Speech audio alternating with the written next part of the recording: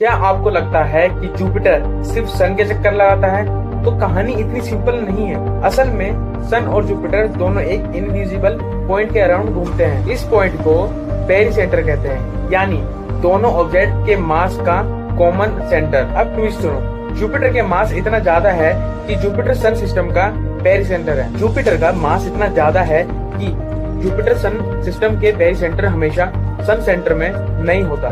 कई बार ये सन की सरफेस के बाहर खुले स्पेस में पहुंच जाता है, यानी टेक्निकली जुपिटर ही नहीं सन भी मूव कर रहा है। सन एक जगह फिक्स नहीं है, वो भी इनविजिबल पॉइंट के अराउंड हल्का सा वोबल करता है, जैसे दोनों एक कॉस्मिक डांस कर रहे हो। और सबसे अमेजिंग बात, साइंटिस्ट इसी गोबल को देखकर दूर के स्टार्स के आसपास छुपे हुए प्लैनेट्स यानी एक्सोप्लैनेट्स डिस्कवर करते हैं। अगर कोई स्टार थोड़ा सा भी हिलता हुआ दिखे तो हो सकता है उसके पास कोई जाइंट प्लैनेट मौजूद हो।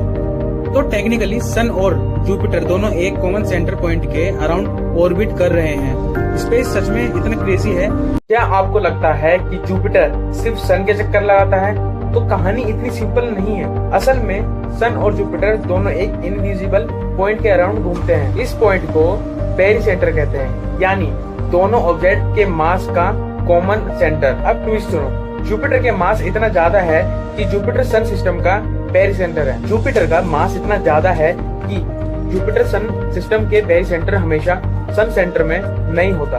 कई बार ये सन की सरफेस के बाहर खुले स्पेस में पहुंच जाता है, यानी टेक्निकली जुपिटर ही नहीं सन भी मूव कर रहा है। सन एक जगह फिक्स नहीं है, वो भी इनविजिबल पॉइंट के अराउंड हल्का सा वोबल करता है, जैसे दोनों एक कॉस्मिक डांस कर रहे हो। और सबसे अमेजिंग बात, साइंटिस्ट इसी गोबल को देखकर दूर के स्टार्स के आसपास छुपे हुए प्लैनेट्स यानी एक्सोप्लैनेट्स डिस्कवर करते हैं। अगर कोई स्टार थोड़ा सा भी हिलता हुआ दिखे तो हो सकता है उसके पास कोई जाइंट प्लैनेट मौजूद हो।